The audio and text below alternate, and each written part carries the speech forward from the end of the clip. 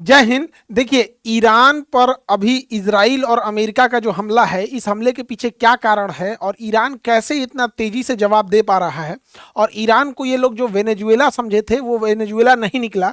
और हमें Iran, Israel और अमेरिका को बैलेंस बना के रखना बड़ा इंपॉर्टेंट हो जाता है, क्योंकि तीनों हमारे एलाइज हैं सब यहाँ पर।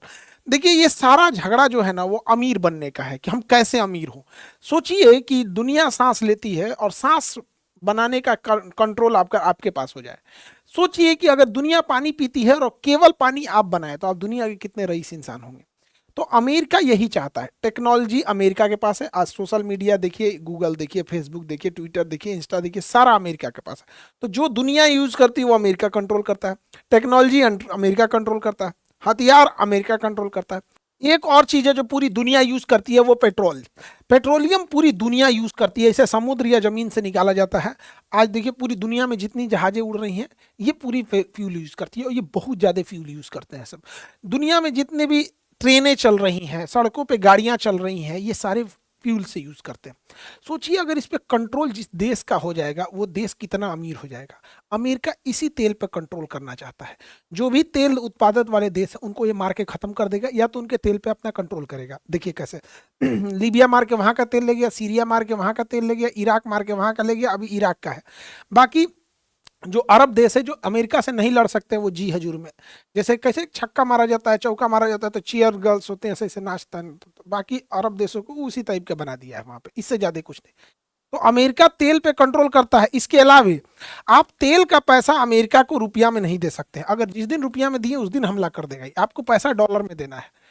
अब ये डॉलर खरीदना पड़ेगा आपको अमेरिका से।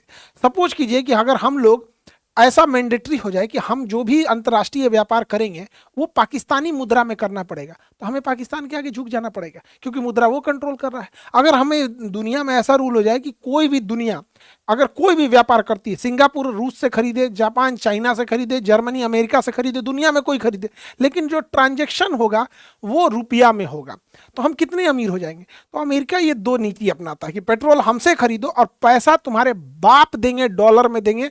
दुनिया का कोई भी देश डॉलर में ही देता है। हम लोग भी पेट्रोल का भुगतान डॉलर में ही करते हैं। रसिया से खरीदते थे, तो अमेरिका ने मना कर दिया, वहां हम लोग रूबल दे सकते थे वहां पर। तो अमेरिका बस इसी पे कंट्रोल करना चाहता है। इसके लिए अमेरिका ने, दुनिया का कोई भी देश अगर अमेरिका के हिसाब से पेट्रोल नहीं दिया या उसके डॉलर को मानने से इनकार कर दिया, तो अमेरिका उसे मार देता है।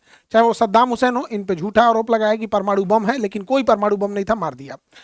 मुअम्मर गद्दाफी के खिलाफ इसने प्रोटेस्ट कराया, यहीं की पब्लिक को उग्र कराया। फिर सोशल मीडिया इसके कंट्रोल में है, मीडिया कंट्रोल में, इनको निपटा दिया। बशर अल असद को निपटा दिया।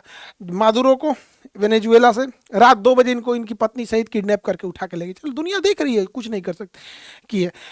खामेनेई साहब को घरे में उड़ा दिया यहाँ पे। जबकि आप गौर करके देखिएगा, अमेरिका ने जब जापान पे परमाणु बम पटका था, तो वो टोक्यो पे नहीं गिराया था, उसने नागासाकी और हिरोशिमा पे गिराया था, ताकि बातचीत का रास्ता बदले। लेकिन ट्रंपा पागल है, वो कोई बातचीत का रास्ता नहीं देता है दुनिया में। लेकिन दो लोग को देखिएगा, बहुत बहादुरी से लड़े हैं। एक जेलेंस्की और एक खामेनी। ये दोनों लोगों ने, अमेरिका ने रूस से, इन्होंने, जेलेंस्की नहीं डरा। अमेरिका ने कहा कि हट जाओ वरना मारे जाओगे, कहा मरना मंजूर है लेकिन लड़ेंगे। वैसे ही खामेनी को, इनको भी कहा गया कि इनके कमांडरों ने क्या बंकर में चले जाइए। इनका कहना था कि हमारे पूरे 9 करोड़ से ज्यादा, जो लगभग 9 से 12 करोड़ के आसपास ईरानी हैं, उन सबको पहले बंकर में रखो, अगर वो सुरक्षित होंगे तब जाएंगे, नहीं तो हम मरना कबूल करते हैं। तो ये दो नेता हैं जिन्होंने यहाँ पे, हालांकि इन लोगों ने भी अमेरिका के सामने नहीं झुके थे, सबका हाल वही कर दिया। अमेरिका, हम कुछ नहीं कर सकते, शक्तिशाली के आगे सबको झुकना पड़ता है। अमेरिका ने मानवता की सारी हद पार कर दिया। उसने कहा ईरान में महिलाओं की सुरक्षा जरूरी है, महिलाओं के लिए स्वतंत्रता जरूरी है, और गर्ल्स स्कूल के ऊपर बम मार दिया। इतनी लड़कियां मर गई, जो जेनेवा कन्वेंशन का खुला उल्लंघन है। लेकिन अगर हम लोग कश्मीर मांगने लगे, तो हमारे ऊपर नियम कानून आ जाता है, वर्ल्ड सैंक्शन आ जाते हैं। लेकिन इन पे नहीं लगता है। इसने पूरे टॉप लीडरशिप को ही मार दिया एक मिसाइल झटके में। और सबसे टाइमिंग का गड़बड़ी क्या है, अगर ये हमला 2 महीना पहले होता, तो ईरान की जनता सड़कों पे थी अपने ही सरकार के खिलाफ। लेकिन ईरान ने उस समय विद्रोह को दबा दिया था। अभी क्या है कि रमजान का महीना है, और इस समय एक धार्मिक लीडर को मारना, जिनका भारत से बड़ा अच्छा संबंध है, नरेंद्र मोदी गए हुए थे, आप देखेंगे ये प्राइम मिनिस्टर है वहाँ की, ईरान की, इनका हेलीकॉप्टर दुर्घटना हो गया था क्योंकि हेलीकॉप्टर दूसरे देश का था, इनका नहीं था, और इनको अमेरिका ने मिसाइल से मार दिया। ईरान की एक परंपरा है, कोई भी देश जाता है वो प्रधानमंत्री से मिलता है, उनके जो सुप्रीम लीडर है उनसे नहीं मिलता है। ये सुप्रीम लीडर उन्हीं से मिलते हैं जिनसे देश का अच्छा संबंध होता है। हमारा ईरान से अच्छा संबंध है, हमारा अमेरिका से भी अच्छा संबंध है, इसराइल से भी है यहाँ पे। तो इनका हेलीकॉप्टर अपना नहीं था तो क्रैश कर गया। हालांकि हमारे प्रधानमंत्री को भी सब चीज़ों पर ध्यान देना पड़ेगा। हमारे यहाँ पे भी हेलीकॉप्टर और जहाज अमेरिका का ही, इसलिए ज़्यादा हम अमेरिका से कड़बड़ कड़बड़ करेंगे ना, कुछ इधर उधर कर देगा वहाँ पे, इसलिए उस पर कोई भरोसा नहीं। तो रमजान के महीने में खमैनी साहब की हत्या वैसे ही है जैसे क्रिसमस के टाइम पे कोई पोप की हत्या कर दे। तो एक धार्मिक जो होता है चीज़ों का वो एक अलग लेवल चला गया है। अब यहाँ पे ना दोनों लड़ रहे हैं सब। अब ईरान को दिख रहा है कि भाई इजराइल एंटीसेप्टर मिसाइलें रखा है, वहां पहुंचना थोड़ा मुश्किल है, अमेरिका पहुंचना और मुश्किल है। तो ईरान ने क्या किया, अगल बगल के जितने पड़ोसी देश थे जो अमेरिका और इजराइल का साथ देते थे उन पे अंधाधुन मारना चालू किया। दुबई जो कहते थे हबीबी कम टू दुबई, मारा दुबई एयरपोर्ट पे। भारत का एक ज्योतिषी दुबई एयरपोर्ट पे फंस गए थे अभी कि भाई ज्योतिष लोग फंस गए, ये तो अलग बात हो गया है। इन लोगों को तो सारी चीजें पहले से पता रहती है। लेकिन दुबई में एक चीज क्या अच्छा लगा, दुबई पे जब हमले हो रहे थे, उसके होटल्स वगैरह गिर रहे थे, तो दुबई के जो किंग हैं उन्होंने कहा कि कोई होटल वाला अपने मेहमान को निकालेगा नहीं और ना ही उनसे पैसे लेंगे, जो वो खाने पीने का ऑर्डर करे आप उन्हें खिलाइए। जब ये डिस्प्यूट खत्म हो जाएगा, युद्ध खत्म हो जाएगा, तो जितने मेहमानों का पैसा होगा उसको सरकार देगी। ये दुबई का था। इंडिया आते हैं, इंडिया में जब पहलगाम पर हमला हुआ था, ये बहन इनके सामने इनके हस्बैंड को गोली मार दिया गया, धर्म पूछ के मारा गया था। जब ये हमला हो रहा था तो लोग कश्मीर छोड़ के जाना चाह रहे थे। उस समय इंडिगो, एयर इंडिया, ये सब अपने टिकट को 10 गुना महंगा कर दिए। जो टिकट 5,000 का था वो 60,000 हो गया। अंतर देख रहे हैं दोनों देशों में। यहाँ पर गवर्नमेंट रेगुलेट नहीं कर रही है, वहां गवर्नमेंट रेगुलेट कर रही है। ईरान जो अपने पड़ोसी देश और इजराइल अमेरिका पे हमला कर रहा है, उसमें ईरान सबसे ज्यादा कॉस्ट इफेक्टिव खेल रहा है पैसे पर, क्योंकि ईरान जो मिसाइल मार रहा है वो महज 18 लाख की है। जो उसका ड्रोन है, कामाकाजी ड्रोन, शाहीद ड्रोन, वो केवल 18 लाख का है और वो धड़ाधड़ बन जाता है। दिन में 10 बना देते हैं वो लोग। तो शाहीद ड्रोन बनाना आसान है और फटाफट बन जाता है। यहाँ पे 1 महीने में ये लोग 1000 ड्रोन बना देते हैं।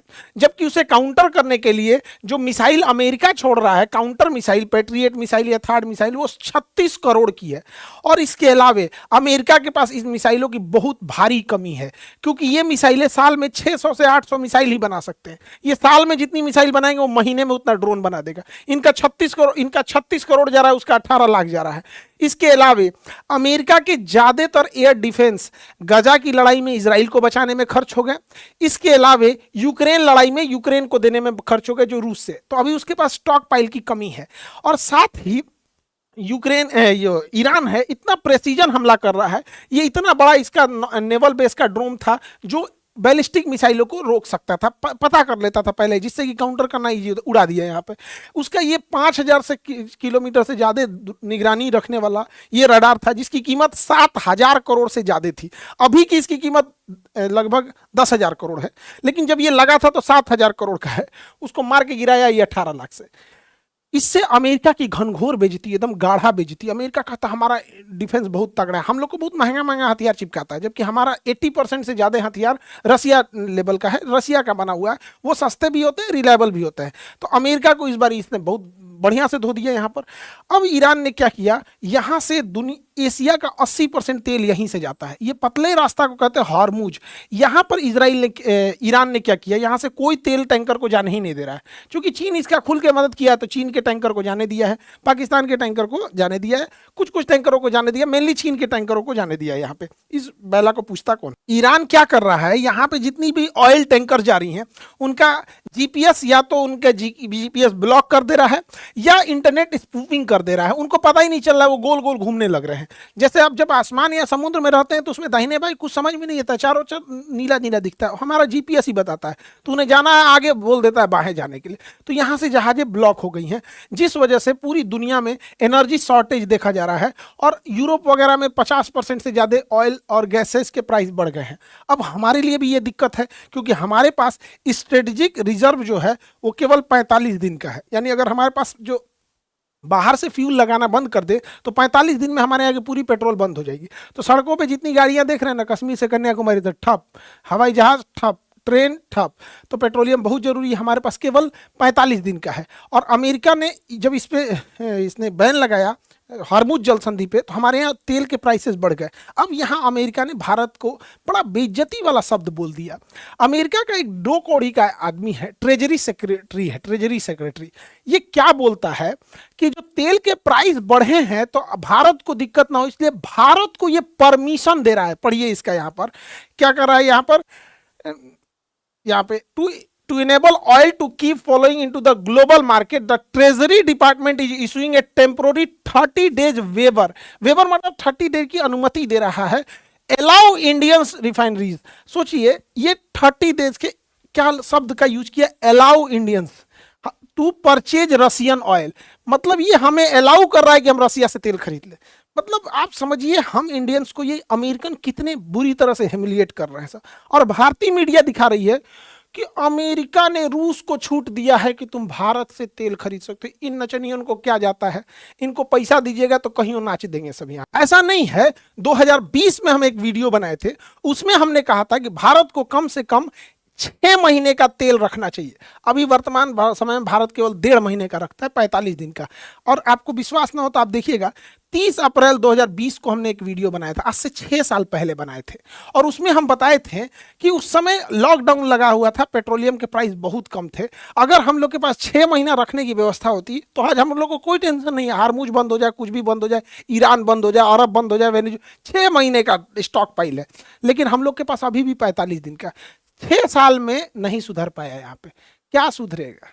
देखिए अमेरिका के पास और इजराइल के पास फायर पावर तो बहुत ज्यादा है, वो सीरिया को निपटा दिए, इराक को निपटा दिए, अफगानिस्तान को निपटा दिए, तो अगर वो चाहें तो अमेरिका ईरान को भी आराम से निपटा सकता है, उसके पास टेक्नोलॉजी की कोई कमी नहीं। लेकिन अगर ईरान ज्यादा दिन, केवल 30 दिन इस युद्ध को खींच ले गया ना, तो इन लोग के पास पूरा एयर डिफेंस बहुत शॉर्टेज आ जाएगा, और 100% यहाँ नहीं ना लगा सकते, फिर उधर रूस चढ़ जाएगा, वहां पे यूक्रेन पिटाने लगेगा यहाँ, तो ये लंबा खींच देगा।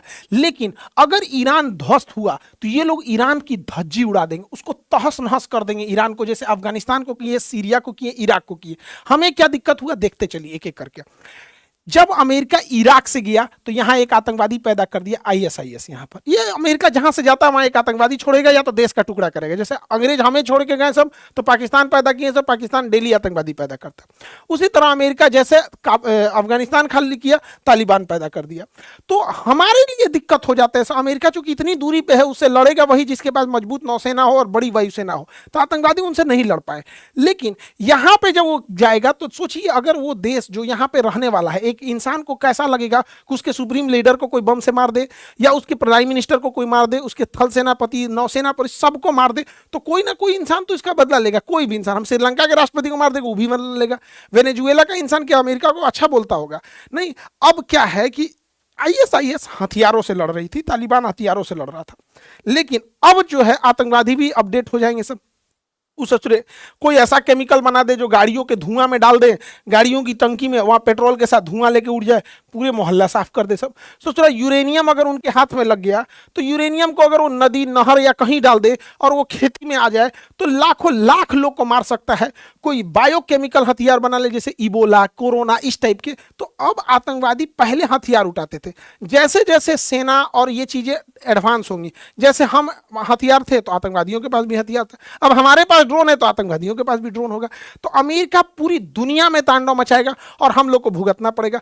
अफगानिस्तान में मारा, वहां तालिबान आ गया, सा हमारा पूरा किया करा है वहां चीज। हमने वहां संसद भवन बनाया था, हॉस्पिटल बनाए थे, डैम बनाए थे, बिजली घर बनाए थे, सड़कें बनाए, सब तहस नहस कर दिया अमेरिका वहां से।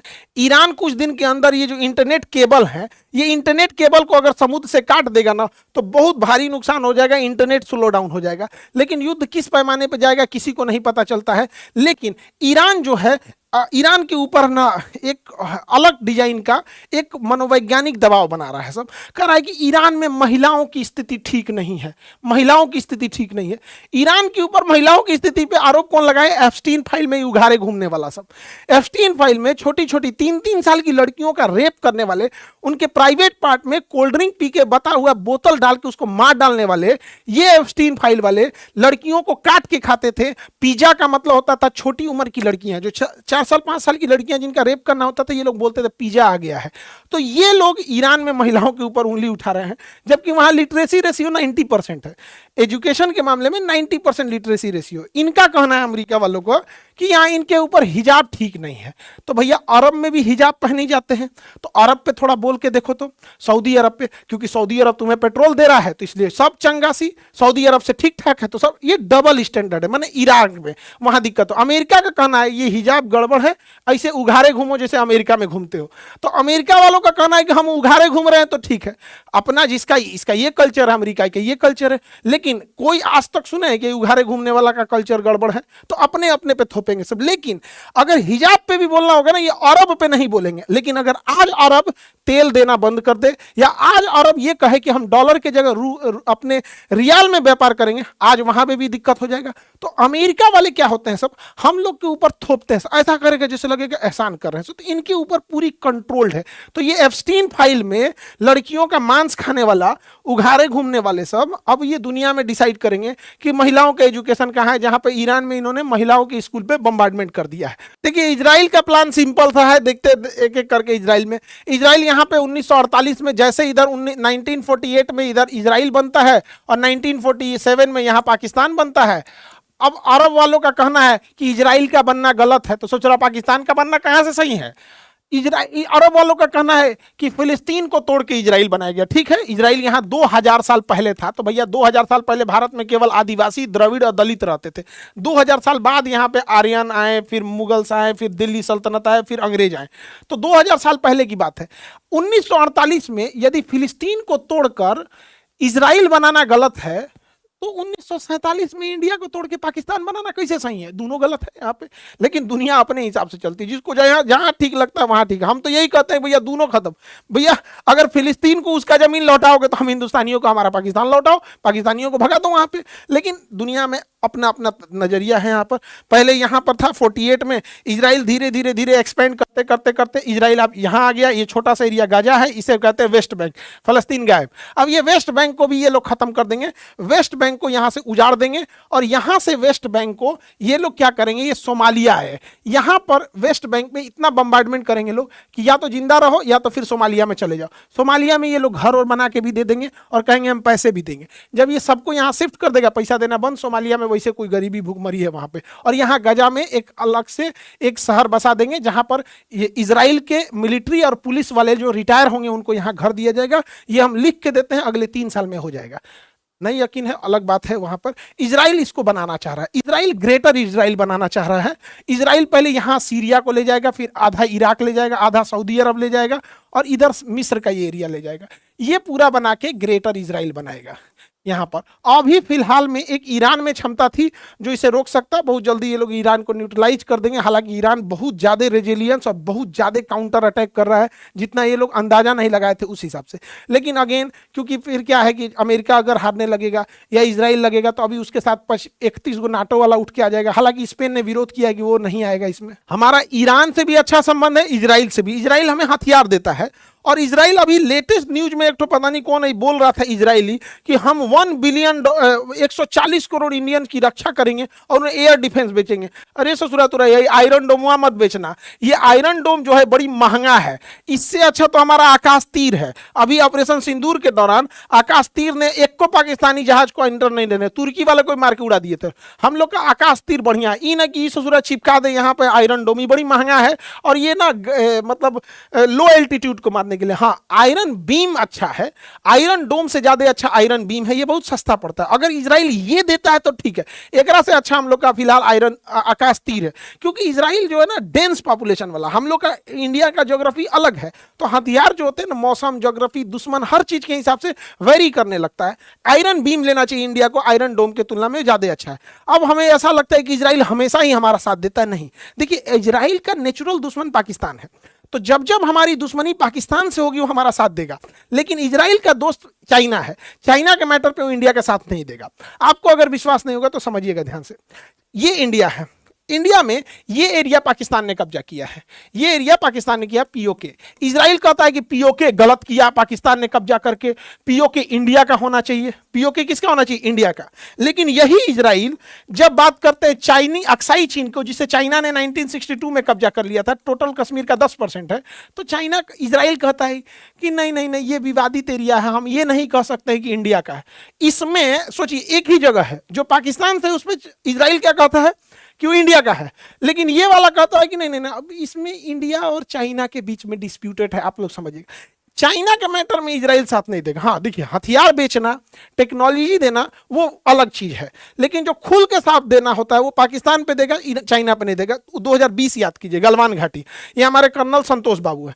गलवान घाटी में चाइना ने 1995 के अधिनियम का, समझौते का उल्लंघन करके भारत में घुसी और हमारे लगभग 20 जवानों को शहीद कर दी। इजराइल आज तक, इजराइल उसको कंडेम नहीं किया, आज तक उसकी निंदा नहीं किया इजराइल। तो इजराइल पाकिस्तान के मुद्दे पे हमारा साथ देगा, चाइना के मुद्दे पे नहीं देगा। अजमल कसाब को इजराइल ने आतंकवादी नहीं माना था, वही अजमल कसाब जिसने ताज होटल में मासूमों को मार दिया था, नहीं माना था। हमने उसे लगभग 15 सालों तक रिक्वेस्ट किया कि एटलीस्ट इजराइल प्लीज तुम अजमल कसाब को तो आतंकवादी मान लो, नहीं माना। लेकिन जब 7 अक्टूबर को मारा हमास वाला ना, तो मान लिया कि हाँ हाँ हाँ अजमल कसाब आतंकवादी है। अब भारत से कह रहा है कि आप भी हमास को आतंकवादी कहिए, तो भारत कह रहा है तोरा अजमल कसाब को आतंकवादी मानना में तोरा 15 साल लग गया। तो देखिए, वर्ल्ड ज्योग्राफी जियोपॉलिटिक्स में दोस्त कोई नहीं होता है, दुश्मन कोई नहीं होता है, नेशनल इंटरेस्ट क्या का देते हैं।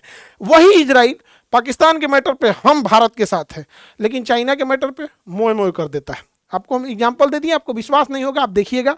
वो अक्साई चीन को भारत का हिस्सा ना मान के विवादित क्षेत्र मानता है। ये सबका अपना अपना है। हम भी इजराइल को ये कहते हैं कि फिलिस्तीन और इजराइल दुई राष्ट्र होने चाहिए, तो सबका अपना अपना है। कोई इंटरनेशनल रिलेशन में कोई परमानेंट दोस्त और कोई परमानेंट दुश्मन नहीं होता है।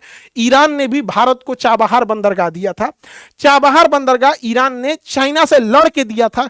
चाइना कह रहा था कि चाबहार बंदरगाह भारत को मत दो, चाबहार बंदरगाह लेकिन भारत को उसने दिया। देखिए, चाबहार बंदरगाह जो है वो ईरान के पास है, ये ईरान के पास। हमारे पास चाबहार बंदरगाह आने से हम ईरान के रास्ते अफगानिस्तान में, सेंट्रल एशिया में, रूस में और कहीं भी जा सकते हैं। चाइना कह रहा था कि ये चाबहार मत दो, क्योंकि चाइना का यहां सैन्य अड्डा है ग्वादर में, तो हम लोग चाबहार से ग्वादर पे भी रख सकते हैं। तो इजराइल ने चाइना की बात नहीं मानी, इजराइल ने पाकिस्तान की बात नहीं मानी, लेकिन भारत को ये चाबहार बंदरगाह दिया। भारत ने इसे विकसित भी किया, अमेरिका अभी इस पे बम मार दिया यहाँ पर। तो ईरान जो था हमसे अच्छी दोस्ती थी, हालांकि इजराइल की भी है, अमेरिका से भी है यहाँ पर, लेकिन उसने चाइना को भी मना करके दिया था और ये हीरा मंडी के दलाल को भी दिया था। ये हीरा मंडी वाला भी बोला था, हीरा मंडी का दलाल, कि चाबहार बंदरगाह भारत को नहीं, लेकिन बावजूद ईरान ने हमारा साथ दिया था। हालांकि अगर आप ऑपरेशन सिंदूर में देखिएगा तो सबसे ज्यादा पीठ पर छुरा मारा है अमेरिका ने। ऑपरेशन सिंदूर के दौरान अमेरिका और तुर्की, देखो तुर्की से तो हम उम्मीद नहीं रख सकते, तुर्की पाकिस्तान का है यहाँ पे, अमेरिका ने पाकिस्तान की खुल के मदद किया। इवन ऑपरेशन सिंदूर के दौरान जब पहलगाम हमला हुआ था, उस समय अमेरिका ने लगभग 8,000 करोड़ का आईएमएफ से लोन भी दिलवा दिया था पाकिस्तान को। लेकिन उस समय भी ईरान जो था वो भारत के साथ खड़ा था, क्योंकि उसने इसकी कंडेम किया था। और हालांकि तुर्की ने तो ड्रोन तक भेज दिया था यहाँ पर। एक ऑपरेशन मिलान में अभी क्या अमेरिका ना भारत को बड़ा ह्यूमिलिएट करता है। देखिए, और ये ऑपरेशन सिंदूर के दौरान पाकिस्तान को मदद भी कर रहा था, और अभी मिलान एक्सरसाइज हुआ था तो ईरान के मेहमान आए थे हमारे यहाँ विशाखापट्टनम में, और विशाखापट्टनम में भाग लिए थे हमारे ये रक्षा मंत्री भी थे। इसकी जहाज जब लौट रही थी तो इसके यहाँ पे अमेरिका की पनडुब्बी इंतजार कर रही थी। जैसे ये श्रीलंका के कोस्ट के पास आई, इसके मार के गिरा दिया गया, इस जहाज को मार के गिरा दिया गया। अब हिंद महासागर को भारत कहता है कि I am the guardian of the Indian ocean, तो अमेरिका ये दिखा रहा था कि तुम्हारे नाक के नीचे मार देंगे। हालांकि अमेरिका चाहता तो इसे जाने भी दे सकता था और ये अरब सागर में मारता, लेकिन वो जानबूझ के हिंद महासागर में मारा, जबकि वो हमारा गेस्ट था। तो वर्ल्ड इस बात को कह रही है कि भैया तुमने तो भारत से दोस्ती का ख्याल नहीं रखा। अमेरिका से दोस्ती केवल हम निभाएंगे जब मन तुमको टैरिफ लगाओगे, जब मन तुम सामान बंद कर दोगे, जब मन तुम वीजा बढ़ा दोगे, जब मन तुम मुझे इसको वीजा देना होगा दोगे, तुम हमें छूट दोगे ईरान से तेल खरीदे कि नहीं खरीदे, तुम डिसाइड करोगे हमको कि हम रूस से खरीदे कि नहीं खरीदे। अच्छा, भारत उसको इंडिया में इंडियन रुपीज में पैसा नहीं दे सकता, डॉलर में देगा। तो अमेरिका ने जितना हम लोग को खंजर मारा है ना, उतना कोई नहीं मारा। मजबूरी ये है कि हमारी टेक्नोलॉजी अमेरिका पे डिपेंडेंट है, ये बहुत गड़बड़ हो जाता है। ईरान से भी हमारा ठीक अच्छा संबंध है। ईरान ने दो तीन जगह ईरान का विवादास्पद है, जैसे सीएए, एनआरसी और 370 पे ईरान से बयान आया था कि अल्पसंख्यकों का भारत सरकार ध्यान रखेगी, तो भारत सरकार ने कहा था कि हमारा आंतरिक मामला है। बाकी 90% मामलों पे ईरान ने हमारा साथ दिया था। सबसे बड़ा साथ दिया था कश्मीर के मुद्दे पर 1994 में। पूरे ओआईसी के 56 देश जो थे, 57 देश एक साथ आ गए थे और ये रिजोल्यूशन पास कर रहे थे कि पीओके और कश्मीर पाकिस्तान का हिस्सा है। ईरान सारे मुस्लिम देशों से लड़ गया और कहा कि नहीं, कश्मीर और पीओके कंप्लीट इंडिया का हिस्सा है। तो हम लोग की दोस्ती सब अच्छी चलती है। हालांकि दोनों में बीच में बैलेंस बनाना जरूरी है हम लोग के लिए, क्योंकि यहां से टेक्नोलॉजी है और यहां से हम लोग के पास एक पुराना लगभग हजारों सालों का एक रिश्ता है और पास का पड़ोसी है। अभी कई बार हाइपोथेटिकल कहते हैं लोग कि ईरान से युद्ध हो जाएगा तब कौन क्या करेगा। अरे भैया, उस तरह से रूस से भारत का युद्ध हो जाएगा तो हम क्या करेंगे? अमेरिका से युद्ध हो जाए, युद्ध होगा तो लड़ेंगे लोग। युद्ध में कौन किसके साथ नहीं रहेगा यहाँ पे, चाहे इजराइल हो, चाहे इंडिया, ईरान हो, चाहे अमेरिका हो, चाहे रूस हो। हमारे पहलगाम हमला हुआ था, भारत के हर लोगों ने भारत के साथ एकजुटता दिखाई थी। चाहे पुलवामा हमला हुआ हो या कभी भी हो, तो देश में ना हाइपोथेटिकल अलग चीज हो जाता है। हालांकि हर मामले में ऑपरेशन सिंदूर में भी इजराइल ने हमें हर तरह की जानकारी दिया था। हालांकि तुर्की, चाइना और अमेरिका ने पाकिस्तान का साथ दे दिया। देखिए, डबल स्टैंडर्ड किसे कहा जाता है ऐसे समझिएगा। अगर कोई मक्खी चाय में गिर जाए तो हम ये चाय पिएंगे, हम ये चाय नहीं पिएंगे, हम चाय फेंक देंगे, हम चाय फेंक देंगे। लेकिन अगर वही मक्खी अगर घी में गिर जाए तो हम घी नहीं फेंकेंगे। घी महंगा है, हम नहीं फेंकेंगे। हम क्या करेंगे? मक्खी निकाल के फेंक देंगे, घी नहीं फेंकेंगे। तो हमारे डिपेंड करता है सामने वाला कितना पावरफुल है। अरब वाला अगर बीफ खाता है तो हम लोग उसको कहते हैं कि भाई तुम ये खा रहा है, और इजराइल वाला 75% खाता है तो हम इसे नहीं बोलते, केवल डबल हो जाता है, क्योंकि हमको रिलेशन मैनेज करना है। ठीक वैसे ही आप देखिए, रूस ने हमें दुनिया का हर हथियार दिया। रूस ने हमें सबसे ज्यादा अगर किसी ने साथ दिया तो रूस ने साथ दिया। लेकिन आज हमने अमेरिका का साथ चुन लिया। आज हमने किसका साथ चुन लिया? अमेरिका का साथ चुन लिया।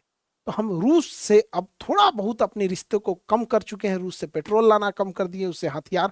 हालांकि SU-57 जैसे डील हुए हैं, S-400 जैसा डील हुआ है। हालांकि हमने पूरे रिश्ते कम नहीं किए, लेकिन हर हिंदुस्तानी को ये चीज फील होता है कि अब हम लोग रूस के फेवर में ना होकर अमेरिका में हो गए।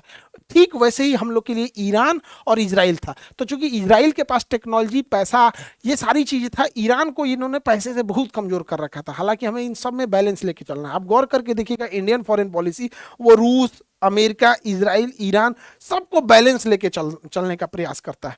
हालांकि अमेरिका जैसा बदतमीज साथी और नालायक अगर हो जाए तो किसी भी देश के लिए अच्छी बात नहीं है। अमेरिका ने हमें बहुत ह्यूमिलिएट किया है। हम लोग की स्थिति होती थी जब हम लोग विदेशों से टक्कर लेके बात करते थे। आज से 2 साल पहले देखिएगा तो जयशंकर साहब क्या जवाब दिया करते थे। अभी थोड़ा आपको जयशंकर साहब का जवाब कम मिलेगा। अमेरिका ने हमें बहुत ह्यूमिलिएट किया, देवदास टाइप का। जैसे कहा, पारो ने कहा शराब छोड़ दो, मैंने शराब छोड़ दिया। अमेरिका ने कहा रूस से तेल खरीदना छोड़ दो, हमने रूस से तेल खरीदना छोड़ दिया। अमेरिका ने कहा ईरान से गैस खरीदना छोड़ लो, हमने गैस खरीदना छोड़ दिया। अमेरिका ने कहा कि डॉलर, रुपया का इस्तेमाल के बदले डॉलर का इस्तेमाल करो, हमने वो भी मान लिया। ससुरा देवदास बना के रख दिया। फॉरेन पॉलिसी में इंडिपेंडेंसी बहुत जरूरी होता है, लेकिन जब बदतमीज इंसान प्रधान राष्ट्रपति बन जाएगा, ये डोनाल्ड ट्रंप आ यहाँ पर, हमने क्या किया? बंदर के हाथ में उस्तूरा दे दिया, किसी को काट डालेगा। ये किसी का नहीं हो सकता है। ये वही लोग हैं जो एप्स्टीन फाइल में थे। आपने गौर किया होगा अचानक से युद्ध क्यों हो गया? एप्स्टीन फाइल में इन लोग का नाम आ रहा था, इनकी बदतमीजी उजागर हो रही थी। ये 3-3, 4-4 साल की, 2-2 साल की लड़कियों का रेप किया है सब, फिर उसको मार के खाया है सब उसको। यहाँ पर एप्स्टीन फाइल को दबाने के लिए, इनकी दरिंदगी दबाने के लिए, यहाँ पर इतने छोटे छोटे बच्चों को ये सब ससुरा रेप करने के लिए, और रेप करके मार के खा गया है सब उन सबको। ये इस लेवल के जालिम है सब। लेकिन आप देखिएगा, इनको कभी आतंकवादी या क्रिमिनल नहीं करके दिखाया जाएगा। ये अलग लेवल की इनकी ब्रांडिंग होगी। हिम्मत भी नहीं है, क्योंकि दुनिया पावरफुल की ओर चली जाती है। यहाँ पे डोनाल्ड ट्रंप को लोग कहते हैं कि इजराइल का साथ देता, नहीं, इजराइल के कंट्रोल में ट्रंप आ गया है। ट्रंप का एप्स्टीन में कुछ कुछ ऐसा फोटो, उगारे फोटो रख लिया इजराइल कि इजराइल जहां हाथ रख रहा है वहां अमेरिका को बम मारना पड़ रहा है। देखिए, नेतन्याहू बता रहे हैं यही गोली मार, तो इसी तरह मार रहा है। यहाँ पर आप देखिए, ट्रंप के हाथ, कंधे पे हाथ रखने वाला इजराइल है यहाँ पर। इस तरह से जैसे लग रहा है ट्रंप इसके अंडर में होता है। लेकिन वही ट्रंप जेलेंस्की को डांट दिया था। देखिए, जब जेलेंस्की से बात कर रहा, डांट दिया, कर सूट क्यों नहीं पहने, अच्छा से यहाँ पर तूने पूरा कोट वगैरह क्यों नहीं लगा रखा है। तो ये हो गया है यहाँ पे। ईरान का अंत कर दिया हम यहाँ पे, हत्या कर दिया यहाँ पे। अब बच गए एक ठो आपके पुतिन। तो पुतिन की भी हत्या ये लोग प्लान क्या कर रहा है, इन्हीं के किसी एक जनरल से करा देगा सब। ये एसिसिनेशन का प्लान कर रहा है सर, क्योंकि इनके अंदर जो सीआईए है, मोसाद है, ये बहुत एक्टिवली काम कर रही होती है। डायरेक्ट नहीं मारेंगे लोग, यहाँ पे भी कर सकता है। हालांकि इस युद्ध में सबसे ज्यादा मजाक चाइना का बन गया है। सो जरा पता नहीं कौन सा हथियार दे दिया HQ9, न वेनेजुएला में चला न ईरान में चला, ये पता नहीं कौन सा झुंझुना थमा दिया S-300 से कॉपी करके, कोई काम का नहीं हुआ। हालांकि यहाँ से हॉर्मुज से सबसे ज्यादा तेल चाइना ही खरीदता था। हालांकि चाइना के जहाजों को ईरान ने छूट दे रखा है, लेकिन जियोपॉलिटिक्स में कोई किसी का नहीं होता है। हालांकि अगर आप देखेंगे तो ये ईरान की बर्बादी लिखी जा रही थी 2001 में। 2001 में जो इसके एरियल सेफ्रॉन थे, इन्होंने मोसाद को जिम्मेदारी दी कि इजराइल के हर एक नेता पे नजर रखो और अपना इंसान प्लांट करो। तो इजराइल ने 20 साल का टाइम लिया था, 20 सालों का टाइम लिया था यहाँ से। तो 2001 से इन्होंने काम करना चालू किए और 20 सालों के बाद ये हाल हो गया है कि इजराइल में किसी 3 इंसान, ईरान के अंदर किसी 3 अधिकारी को उठाइए, उसमें एक मोसाद का निकलेगा। इतने पैसे खिलाए हैं, इतने पैसे खिलाए हैं कि ईरान के चप्पे चप्पे पर इसने नजर रख लिया है और सीसीटीवी कैमरे को पूरी तरह हाईजैक करके और उसने पूरी टॉप लीडरशिप को मार दिया है। एक्चुअल जासूसी किस पे सफल होती है, जासूसी सफल होती है किसके पास कितना पैसा है। अब ये लोग क्या करते हैं, अमेरिका का सीआईए और मोसाद 500 करोड़ रुपए तक ये लोग खुद से ऑफर कर देते हैं, बिना राष्ट्रपति और प्रधानमंत्री के पूछे हुए 500 करोड़ तक ये लोग दे देते हैं। और हमारे यहाँ जासूसी में क्या है कि उतना अच्छा हमारे यहाँ सिस्टम नहीं है। आप गौर करके देखिएगा, हमारे यहाँ सब कुछ रहते हुए पुलवामा हमला हो गया। हम लोग भूल गए पुलवामा हमला, कितने शहीद हुए थे। सब कुछ रहते हुए पहलगाम में आके मार दिया सब यहाँ पर। हमारी जासूसी बहुत पिछड़ गई। इस बहन का कोई सुहाग नहीं लौटा सकता है। भूल गए होंगे लोग इसको। यहाँ पर ये टांगा वाला, इसके घर में अकेला कमाने वाला आदिल था, इसको आतंकवादियों का बंदूक छीन रहा था, इसको मार दिया। आज इसके घर में क्या दाल रोटी चल रहा होगा नहीं पता होगा, ये बहन कैसे जी रही होगी नहीं पता चल रहा होगा। सब भूल चुके हैं। एक बार हमें भी सवाल उठाना पड़ेगा। हमारे यहाँ का जासूस तो ऐसा नहीं होता है सर। है मोरारजी देसाई थे, इनसे 50 लाख रुपया मांगा गया था। हमारी जो रॉ ने मांगा था, research and analysis wing, raw ने 50 लाख रुपया, 50,000 नहीं 50 लाख रुपया मांगा था कि पाकिस्तान का परमाणु बम उड़ा देंगे, उसका पूरा काहुटाबाद सेंटर उड़ा देंगे। तो ये बकलोल आदमी उठ के फोन कर दिया पाकिस्तान को कि हमें सब पता चल गया है, रॉ ने सब बता दिया है। नतीजा ये हुआ कि हमारे एक एक लोगों को चुन चुन के मारा है। आप धुरंधर मूवी में देखे होंगे ना, ऐसे जासूस को ऐसे कील से खींच रहा है, इन्हीं की गलती से खींचा है, इन्हीं की गलती से। 300 से ज्यादा हमारे रॉ एजेंट मारे गए थे, 50 लाख रुपया नहीं दिया था। तो हमारे यहाँ क्या होगा, पैसे ही नहीं देते हैं लोग, तो कहाँ से होगा। अब आप पाकिस्तान आज परमाणु बम नहीं रहता उसके पास, अगर ये 50 लाख दे देते। एगो ही देखिए, रॉ का ये ऑफिसर था, इसका नाम था रविंदर सिंह, CIA के लिए सूचना दे रहा था। मैंने इंडिया का बहुत बड़ा अफसर था, हेड था, और सूचना दे रहा था इंडिया का ले जाके अमेरिका को कि ये कर रहा है। और ऐसे तो ऐसे चोर है सब यहाँ पर। बाद में इसको मार दिया गया, इंडिया यहाँ से भागा ना, इसी को मार दिया गया, एक एक्सीडेंट में मर गया। किसने एक्सीडेंट किया होगा आप सब समझते ही। यहाँ पर अमेरिका हमारे लोगों की नसों को काट रहा है। अमेरिका कहीं नहीं छोड़ रहा। हमारे बैकयार्ड से बांग्लादेश में सरकार गिरा दिया और बांग्लादेश को कहा है कि तुम हमसे कॉटन खरीदो। आप जान के ताज्जुब होंगे, बांग्लादेश का टोटल टेक्सटाइल इंडस्ट्री बहुत बड़ा है, जो 40% डिपेंड करता है इंडिया पे। उसने इंडिया पे टेरिफ लगा दिया। बच्चा बांग्लादेश जिसको हम लोगों ने पैदा किया है, नहीं हो रहा था 1971 में, तो हम लोगों ने उसको पैदा किया, हमारे ऊपर टेरिफ लगाया है। और पता है क्या, कॉटन कहाँ से खरीद रहा है, कॉटन और धागा अमेरिका से खरीद रहा है। देखिए अगेन, पैसा और पावर किसके पास है, जिसके पास पैसा और पावर है उसकी सारी गलतियां माफ। अमेरिका ने हमारे ऊपर 1971 में 7वां बेड़ा लेके आया था परमाणु बम मारने, लेकिन आज दोस्त बन गया है। 1970 के दशक में हमारे पास खाने को गेहूं नहीं था, तो सुअर को खाने वाला गेहूं हमें दिया था, हम लोगों ने भूल गए। यहाँ पे पहलगाम हमले में पाकिस्तान का साथ दिया, पाकिस्तान को 8,000 करोड़ रुपए का सैंक्शन कराया IMF से, हम लोग भूल गए। आज भी पावरफुल रहेंगे लोग तो होगा अमेरिका। वो पावरफुल हो चुका है, आप कुछ नहीं कर सकते उसका। खुलेआम मजाक उड़ाता है, चाहे हमारे प्रधानमंत्री हो चाहे दुनिया हो, किसी का भी खुलेआम मजाक उड़ा देता है। इतना पागल इंसान है यहाँ पे। अमरीकी हर इंसान पछताएगा उन्होंने कैसा प्रधानमंत्री चुन लिया है यहाँ पर। हम लोग को किस लिए जाना जाता, हम लोग अपनी सोवर्निटी के लिए जाने जाते हैं। हमारा वो देश है जो अमेरिका में, इंदिरा गांधी ने अमेरिका में बैठ के कहा था कि अमेरिका नहीं डिसाइड कर सकता है कि हम किससे व्यापार करेंगे किससे नहीं। अटल बिहारी वाजपेयी को याद रखिए, अटल बिहारी वाजपेयी ने जब परमाणु बम बनाया था तो अमेरिका ने कहा था मान्यता नहीं देंगे। तो ये वही अटल बिहारी वाजपेयी है जिन्होंने कहा था कि जो चीज हमारे पास है हमें उसके लिए किसी के प्रमाण की आवश्यकता नहीं है, हम अपना परमाणु संपन्न है, हम इसे देख के रहेंगे। APJ अब्दुल कलाम ने जब परमाणु बम बनाया था, आज से 2 साल पहले जब जयशंकर साहब कहीं जाते थे तो क्या जवाब दिया करते थे। अभी ट्रंप जब से आया है ना, बागड़ बिल्ला क्या करेगा किसी को पता ही नहीं चल पा रहा है। यहाँ पे हमारी रिलेवेंसी कहाँ है, देखिए ईरान को काउंटर करने के लिए हमारी रिलेवेंसी थी, यहाँ पर। अब धीरे धीरे ईरान को ये लोग निपटा देंगे। अब दुनिया में पेट्रोल को ये कंट्रोल करेंगे, अब चाहे जिस प्राइस में करेंगे हम लोग को खरीदना पड़ेगा। बहुत ज़्यादा चुप रहने से दुनिया को ये लगने लगता है कि भैया हम देखो ना, चाइना रूस पे भरोसा किए, चाइना पे भरोसा किए, इंडिया पे भरोसा किए, मजबूरी में आया अमेरिका मार के चल गया। तो ये एक बड़ा लॉन्ग टर्म इम्पैक्ट डालता है कि दूसरे छोटे मुल्कों को, कि वो अमेरिका के साथ खड़े होंगे या किसके साथ खड़े होंगे यहाँ पर। और ये पाकिस्तान देखिए कितना समझदार निकला, यहाँ ईरान में युद्ध हो रहा है ना, तो बिना मतलब ये अफगानिस्तान से युद्ध लड़ दिया, बिना मतलब का, इसका कोई झगड़ा नहीं, ताकि लोग इसको नहीं कहें, इसको ना कहे कि तुम कहीं नहीं आया, कहा कि भैया हम तो खुदे बिजी हैं। ये जानबूझ के, सोचिए कितना शातिर और कितना समझदार निकला, ये जानबूझ के अझुरा गया है कि हमको कोई कुछ नहीं कहेगा। और यहाँ दुआ मांग रहे हैं यहाँ पर, हाँ भैया तुम्हारी दुआ कबूल हो, जल्दी उठा ले ऊपर वाला तुमको। यहाँ पे आटा मांग रहा होगा, बहुत महंगा है इसके देश में। आई होप आप टॉपिक को समझे होंगे। ईरान पे और जैसे अपडेट आता है हम बताते हैं। और बीपीएससी का जो बैच है वो 9 अप्रैल से स्टार्ट हो जाएगा, और यूपीएससी का जो बैच होगा, यूपीएससी वाला जो बैच होगा वो स्टार्ट हो जाएगा 26 मार्च से। तो बीपीएससी और यूपीएससी वाले बच्चे, और अभी जो बच्चे इंटरमीडिएट पास किए हैं, चाहे जिनको नीट और जेई की तैयारी कर रहे हैं, चाहे आप 10th पास करके 11th में आए हों या 12th के हों या फिर ड्रॉपर हों, आप सब लोग के बैचेज स्टार्ट हो गए हैं। अब ज़्यादा गैप नहीं करिएगा, क्योंकि competition day by day tough होते जा रहा है। जिस तरह से इस बार हम लोग ने जेई नीट में रिजल्ट ले आए थे, उस तरह से और रिजल्ट का सिलसिला और बड़ा रखना है। और जैसे अपडेट आता है और आपको बताते रहते हैं। मिलेंगे नेक्स्ट क्लास में। जय हिंद।